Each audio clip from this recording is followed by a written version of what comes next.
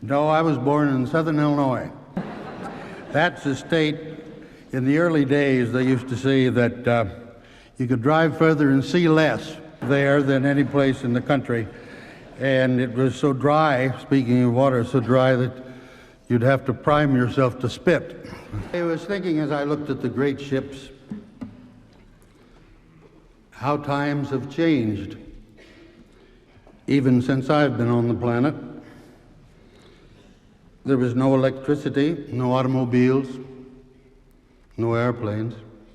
I lived in the country, and we lived pretty much as the pioneers in the States had lived for 100 years or so. And here now, I look around and all of these things just remind me how things have really moved along in a short length of time. So time is a good thing to sing about. So I'll sing a little song about time. I was at a party one night from a very distinguished son of this country, Carl Sandburg. And we were discussing time. And I learned an anonymous poem there that night that I'd like to recite for you. It's a very beautiful poem.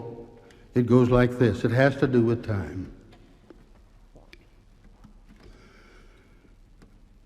It's not the gray in the hair that makes a man old,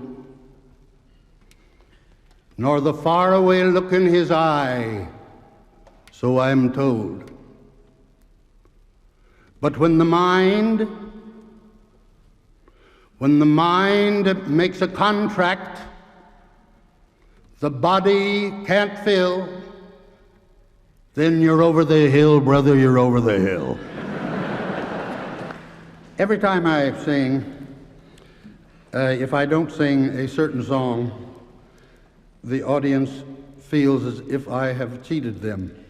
I don't know if that's true here or not, but I'm not going to take any chances. There is a song called The Blue-Tailed Fly, and it's got a chorus. I got another one here. But I have some wonderful help on this one. It's a song called A Little White Duck. Now we are all going to do a song. All this beautiful orchestra, all of you, and anybody else that we can, get to join us. It's, what's the name of it, Harold? Will you come out here? Harold's going to help me with it.